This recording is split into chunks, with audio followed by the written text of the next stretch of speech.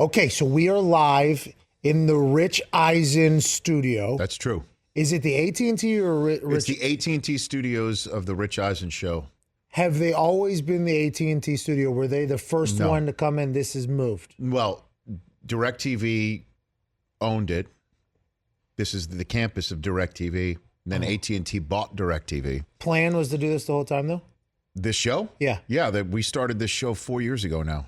And it was DirecTV. I was going on, I'm on after Dan Patrick on the DirecTV dial. Yep. So we built this studio here on the campus of DirecTV, which got gobbled up by AT&T. And when that happened, guess what? The studio got called. I remember you were doing your podcast out of like a closet almost at the NFL True. Network. Fact. You were. Yeah. And everybody was listening. The podcast was a very good podcast. So it was like, whenever I was very lucky to be a guest on the show. Love it. When I got there, I saw what you were running just like a podcast. It was just like a podcast. It was what it was. Yeah. It was a podcast. And then, when we first started, part of the way for me to get to do this, to be removed from, my exclusivity of the NFL Network, was that this show would be broadcast on a platform called NFL Now, which is that the digital stuff? Yeah, it was. I mean, they started it, and they used to break up this show by hour and show the TV version on that, not only live stream it live, but 1 hour each time. So like the first hour would be available, the second hour would be available, and the third hour would be available on 3 different links on NFL Now. And because of that, when I asked the NFL to allow me to get all the podcast subscribers that I had built up for all those years, the NFL Network, I asked them, like, hey, I built this thing up, and I'd like to now take that podcast listenership, which was, subscriber base was 6 figures large. Yeah, huge. You know how difficult that is. You're building up your own show right now, which is amazing. It's now 2.0, Pat. Yeah, we're at 2.0. I mean, we had 2 in the top 10. No, exactly. I mean, you've nailed it. I mean, you've done it. Joke. You know how difficult it is to build up an audience. Everybody was listening to your show, though. Well, I mean, I'm being serious. I was listening. It was successful. But the reason why I bring all this up is the NFL Network said, because I had my show on the NFL Now platform to be seen, you had to stream it. So I'm like, so people are going to be using their whole friggin' data plan up for 1 hour of streaming. It's not the same as downloading a podcast. They refused to let me take my podcaster listenership to this show. So they just watched me flush 100,000 subscribers down the toilet. Well, I think you should be proud of that, knowing that you built that up. I always wondered why the podcast I'd rather be bitter and pissed about it years later, though, Pat. Well, see, there's 2 different ways to look at it. I think you should be positive. That's an impressive run, which you'd be positive. Yeah. But I always wondered why it wasn't simulcasted on NFL Network. So I always, just like because you saw the Dan Patrick show become this TV show, basically. They were a radio show. I know people listen to them on the radio. I only saw them on TV, though. They were a TV show. Then I saw what you were doing with your podcast. Right. And in my head, I was like, this should be a because it seemed like the natural transition was. Well, we did during the lockout. They came to me and they're like, we'd like to shoot your interviews and then chop it up and do a half an hour broadcast of it. I'm like, sure, let's do it. And we did that for 56, 57 straight weeks. Really? Yeah. See, on the lockout, I was on a bender. I wanted to be. Well, let me tell you why. So I was in the substance abuse program going into the lockout. So I was getting drug tested 8 times a month for 27 months straight. But in the middle of those 27-month sentence that I had was the lockout. So I couldn't even be seen with a beer. I'd get fined, basically. So nothing. So I go from partying a lot to, for 27 months, I'm getting drug tested 8 times a month at any given time. Right. I got piss tested at 4 a.m. in Atlanta after hunting for Bigfoot. That's a true story. By a guy named Roger in the lobby of a terrible hotel. Goodell? No. Different Roger. Roger probably sent the bird call down. Okay, sounds good. This guy's hunting for Bigfoot, definitely on drugs. We need to go get him. But in the middle of that, Rich, there was the lockout. Yeah. Drug testing ceased. So I went on, I said, I don't know how long this lockout's going to last, but I'm going to go ahead and I am going to ruin myself here so that when I get out of it, I don't want to drink. I don't want to do anything. Okay. And that's what I want to. So I missed a really good show from what I heard. But 5 months worth. I want to let you know I was on a run. I was on quite a run, Rich. It sounds like it. And as soon as the lockout ended, Yeah. I didn't want to touch it. I was like done. Like I don't want to ever Look at drink you, again. man. Yeah, it was a good. I don't know if I would have made the 27 straight, but I had like I had an extended time. The Yeah. NFL ever tell you what you can and can't talk about? No, never. You told me Roger Goodell told you that he wanted you to be real. You could call him any given time. Yeah, and he's been a man of his word. During that lockout, I think I told this story on your show when I called in. But during the lockout, we taped a segment where I asked him first question. We taped it. I asked him first question, if the NFL's losing money, why not open the books and show it? If you're saying you're losing money. Big question in the negotiation was I know. open the books because they gave us Green Bay, which was the publicly owned team. They're like, Green Bay's only making this amount of money. And that was the big thing. The open books thing was everything. I know. So you brought it up. That was First a very question. hot topic. First question of him. How'd he handle it? And then he goes, wow, that's an interesting first question, Rich. I'm your boss is what he said? No, he goes, that's what he said. He goes, wow, that's an interesting first question. Then he started answering it. I forget how he answered it, but he answered the question. And then they get in my ear in the control room saying, we got to stop down, which is a television term for something's gone wrong. And so I was pissed because I asked I thought like the most important question to start off the interview. So I started off the interview a second time. We retaped it, and I asked a different question, which is something to do with the fact Hold on. Okay, so they stop the interview. Producer comes in, goes, anybody need to go to the bathroom, get a drink or anything like that? And then we start again. So does he get up or does he stay seated? He stays seated. You stay seated. No, I walked about because I was pissed. So you I get needed up. a break. I needed a breather for a second. Like I was pissed that I did this, and now we have to bust or stop down in the business and start again. So you woo-saw. You walk around, you I woo-saw. I like that. Yeah. What is it, 5 minutes, 6 minutes? Literally 90 seconds, 2 minutes. So everybody in there. Roger's just chilling, just on satellite, just wondering what the hell's going on. Everybody in there, though, knew. Oh, you're in two different rooms. He's in New York. I'm in Los Angeles. Everybody in his room, though, and your room knew that it was shut down because of the question you asked, though. No, I don't know why it was shut down. I'm assuming there was something going on with technical or something like that. Yeah. Oh, so it wasn't the question, you don't think? No, I have no idea what it was for. Correct. So you were mad because there was a chance you missed that golden moment. Or right there. if there was a moment that there could have been somebody in management and the NFL Network going, well, wait a minute, we're not asking that question first. Either one, I needed to get an answer later on. Yeah. And I just never really found out the answer. But, Good idea. But, Roger sat there, and then I started the question again. And the question I started was something to do with the draft, how the Players Association was threatening players to not show up. Yeah. Please don't, or telling them don't show up for the draft, even though you're not drafted yet, you're not in the league, you're not in the union. So I wanted to ask him his thoughts on that. So I started that off that way. And then a few minutes into the question and answer, asked the question again. And he gave me the answer again. And was it good delivery by him the second time? I don't remember exactly if it was a good delivery or same, but it was. I asked the question. Hey, Goodell's a good talker, but I didn't do it first. So I got an email later on in the day from Roger Goodell saying, "Hey, I noticed when we started the interview again, you didn't ask the first question first again, and I hope that's not because I started my answer with wow." That's an interesting first question. You should know that you should have every opportunity and feel free to ask me any question you want anytime. That's a fact. I really thought this story was ending with Roger being protected by people, but instead it's the complete opposite. He's like, I just want to make sure that when you didn't ask it again first. It's because of me. It's not that I hope you didn't take what I said as to be critical of anything. That's a fact. That happened. That's insane to think about because you would think if you're like a state channel, right? Well, I mean, no. You technically are. Look, Pat. We are not at the NFL Network. We are not going to go on a deep dive of what's going on in locker rooms, okay? But we are free to talk about subjects like this. It's incredible. Even with billions of dollars on the line, we are free to talk about. Like I remember when we first started Thursday Night Football. The question was when we were doing it. What's that going to be like? Can they criticize the coaches, the referees? Can they call a game like the way that it should be called? Yep. And I remember, I wanted to do the games. I wanted to.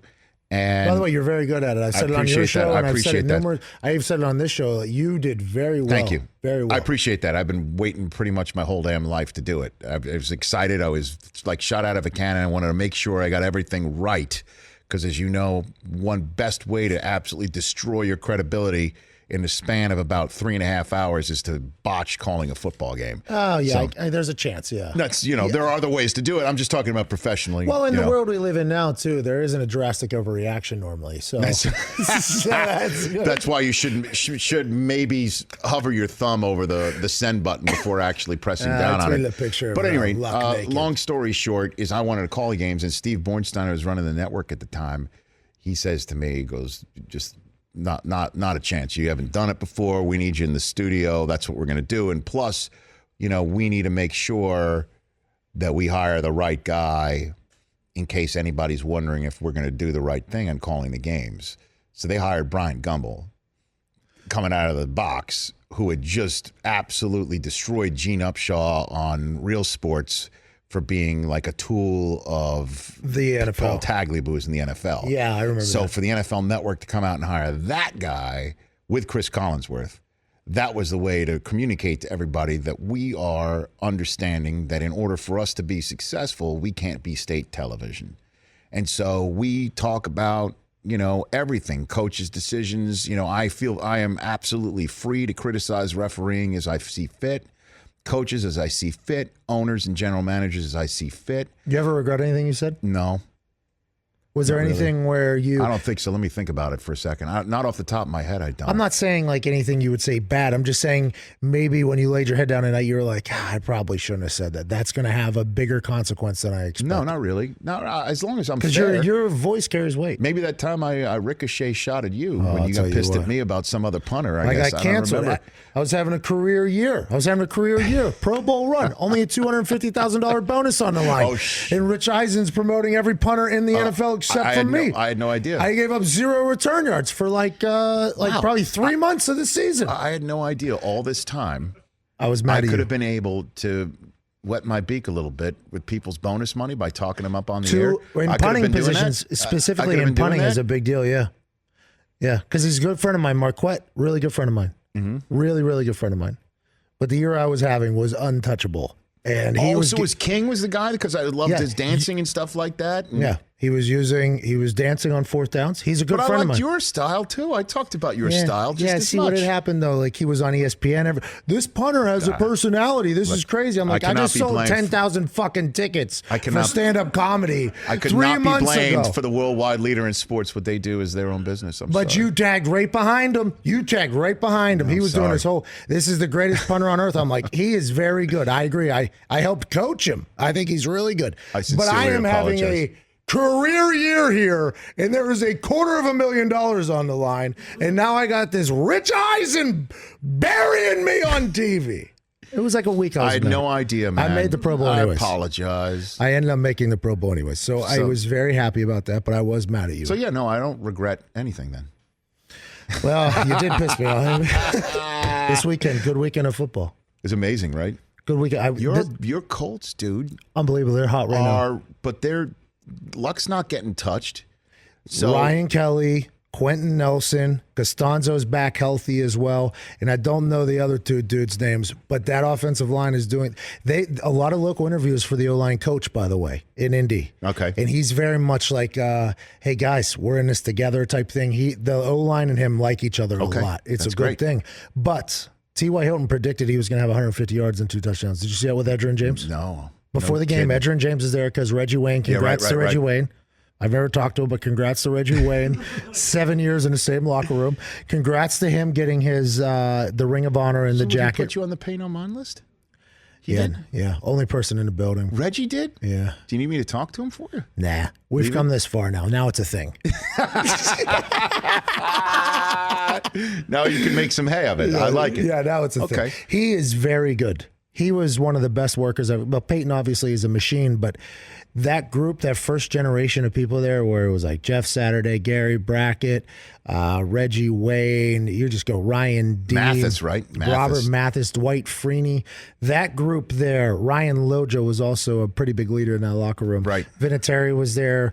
But that group there, the way they worked. Dallas Clark. Yeah, Dallas Clark. I can't believe I forgot about Dallas Clark. Dallas Clark, man. No gloves, Dallas Clark. Made no sense. His fingers look like a bunch of bananas right now. Yeah, they just look like a bunch of bananas going. That group knew how to work. Reggie Wayne. I wasn't a teammate with Marvin Harrison. I've had conversations with him a couple of times. Right. Marv seems to be a fan, which is good. It's good to have Marvin Harrison as a fan. But watching Reggie work was something special. And I think it's really cool that he got up there. Yeah, and how they just pounded the Titans, destroyed them. I knew I bet very, very heavily on the Colts because anytime the OGs are in the building, the team normally wins. And now is he for us and against us whenever I was playing? Yeah, whenever Peyton returned or something like that. Anytime there's a tribute, the team normally shows out. That's something to think about. If it's ex-players, if it's like a coach or management or something, like probably not. But if it's ex-players in the building, it's a big deal. But Edgerrin James before the game. By the way, Edgerrin James is one of the most entertaining humans on earth. You know that? Yeah, I've met him. Yeah, absolutely. He has an adult ballet that he runs down in. I did not know that. Yeah, down in Florida. House of Dance, a local house of dance down in Florida? Yeah. No kidding. It's called One Gentleman's Club. And then he just got franchised. He has a One cigar shop in Atlanta now. So Edgerrin James has a monopoly brewing in the One Cigar Lounge. The U guys have flair.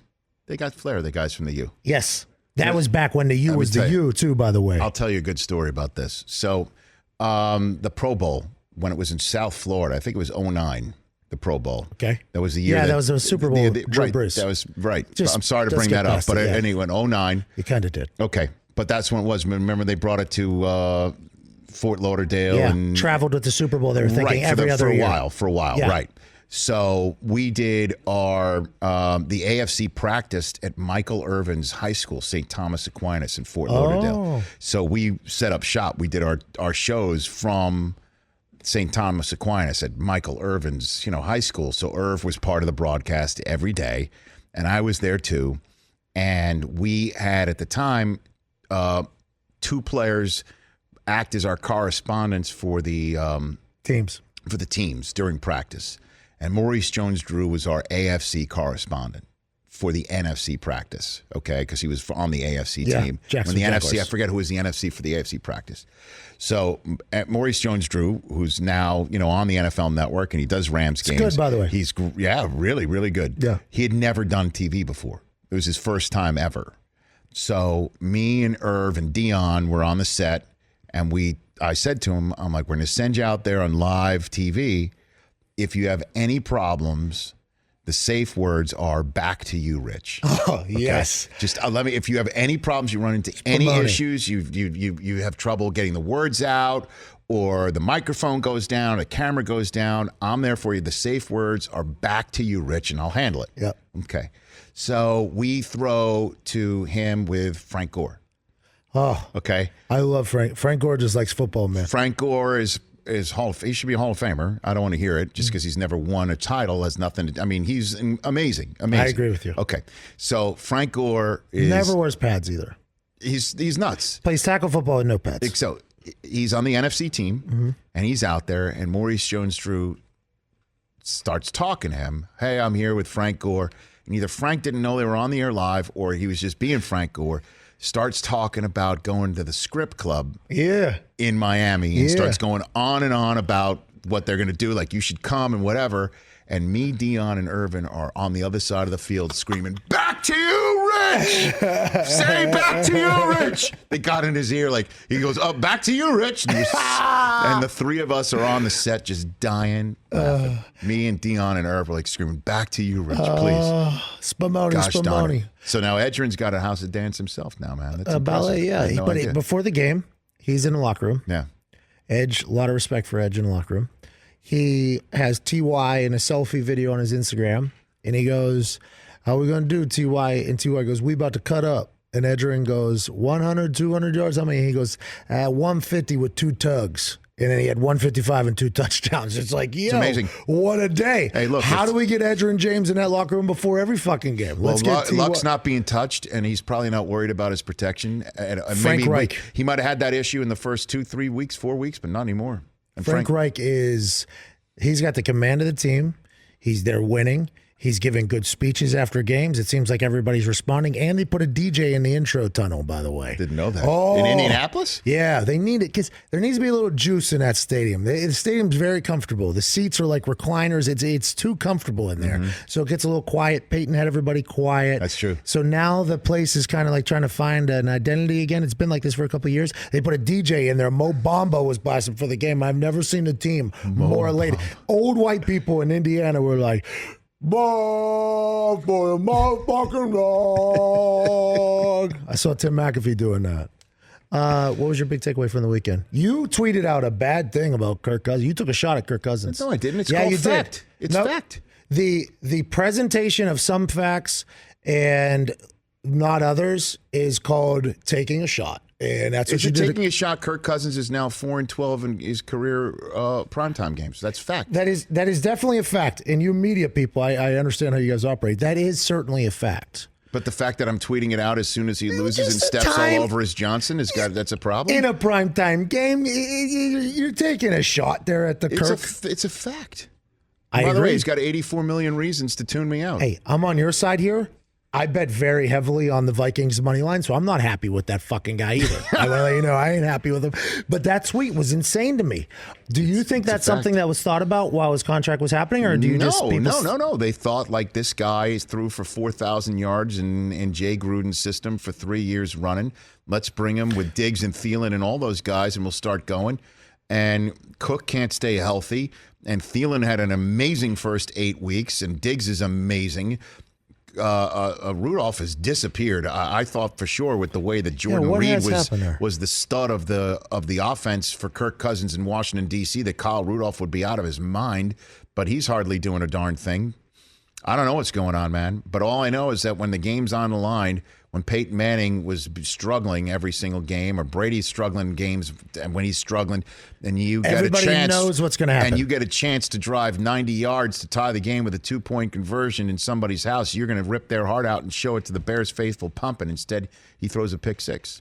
That's not acceptable. Did you enjoy Cam Newton's them going for 2 there? I thought that was bizarre. Why would you do it? I don't know. They're not a team that's out of it, too. It's like early in the season, Frank Reich went for it on 4th and something in overtime in his own with like a minute left. I know.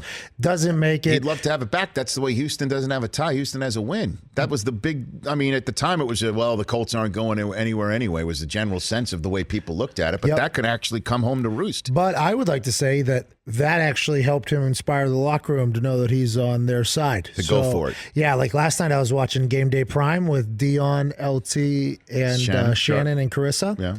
And I forget, Dion made a comment that like on the plane, somebody there is saying that he don't trust us. That the defense is like, he don't trust us. Like he went for 2 because he doesn't think we can stop them. Like he was saying that. I didn't see that at all. Anytime a coach goes for it, I like it. I like a coach that wants to win just as bad as I do. Well, I think is that... but he's paid to make the smarter decision. The problem, I think, is what we were talking about on our show earlier today, is that Graham Gano put the "g" and the "no" in Gano more than once in that game, and he just didn't trust him to go once for 33 yards to keep it going. And so it's crazy. That dude had a 63-yarder. What's a better shot is that he... he beats the Giants from 63 yards, and then against the Lions, he can't shoot straight. I know, it's tough. So, it's amazing how that works. But, yeah, it was bizarre because you're just taking overtime out of play, really. Is that it's either a win or a loss, not win or overtime. I'd rather go or it's not. Cam's 270. It's either a winner. It's either a win or loss, not overtime or loss. And I'd rather go overtime or loss rather than just win or loss. Because Stafford still had 3 timeouts and a minute 3 to go. Minute 2 left. Yeah, minute 3. So, yeah, I agree with that. That Alex Smith shit's bad. I know. That's terrible. I try not to watch it. Just try to keep it moving. I know. Who's going to win a Super Bowl? Well, we're taping this about T's 5 and hours P's before. for Alex Smith, by the way. I know.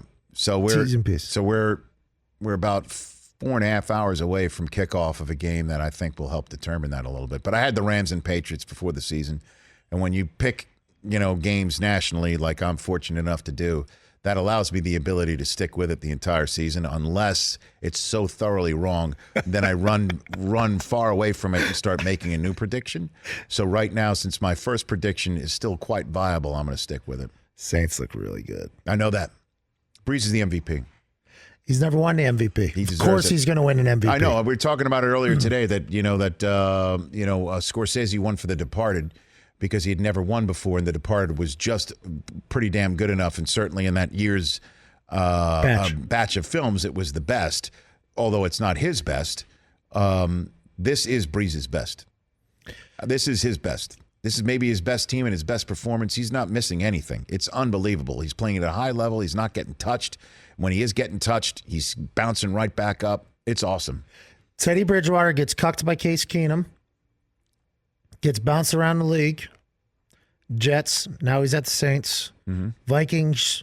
Quarterback 4-12. Teddy Bridgewater probably going to have a Super Bowl opportunity. Isn't that amazing? Happy for him. And he should be the quarterback of the Jaguars next year. Teddy Bridgewater? Oh, yeah. He's a free agent. He's going to be an amazing free agent. agent. What about Taysom Hill? What about him? Do you see him ever becoming somebody's quarterback? Yeah. I don't know. Do you? It'd be fun to watch. I know that. I think it'd be a lot of fun to watch. Yeah, Mark Ingram was on this show saying he'd get killed. He said his nickname in there in the locker room is "Taste Some of This." Oh, the Stormin' Mormon. This taste some of this is what he said. All right, big thank you to Rich. You're always so nice to me, man. It's great having you on. Every time you're on, the reaction from our fan base is through the roof. Well, I appreciate you. You let me on for a long time. Are you coming back in January? I don't know. I guess I got to figure out my life right now. I wasn't supposed to be here today. I somehow finagled away into going to the Monday Night Football game, was asked to go. It's called meant to be then. So the Jews call it bashert. A word I bet you've never heard before. Shabbat shalom. That's close enough. But what'd you say it again? Bashert means it's meant to be. Yeah, I was about to say what's meant to be is meant to be. Yeah. All good. If you will. Yeah. But if you're here in January, let's come back and hang for another show. Mazel. Not a bad shtick.